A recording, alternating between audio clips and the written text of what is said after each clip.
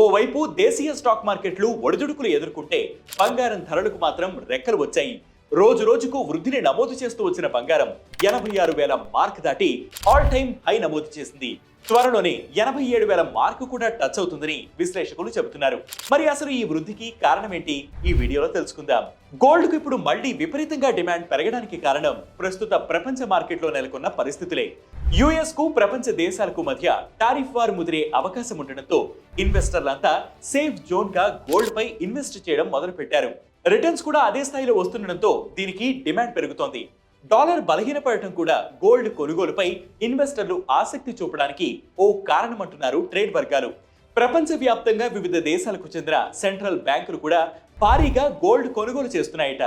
అందుకే ఈ ఏడాది జనవరి 1న 24 క్యారెట్ల బంగారం ధర 10 గ్రాములకు 78,000గా ఉంటే ఇప్పుడు అది 86,000 దాటింది.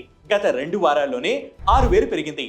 మార్కెట్లో ఇంకా ఒడిదుడుకులు కొనసాగుతున్న నేపథ్యంలో గోల్డ్ రేట్ వృద్ధి ఇంకొన్ని రోజులు కంటిన్యూ అయ్యే అవకాశం ఉందని నిపుణులు చెబుతున్నారు.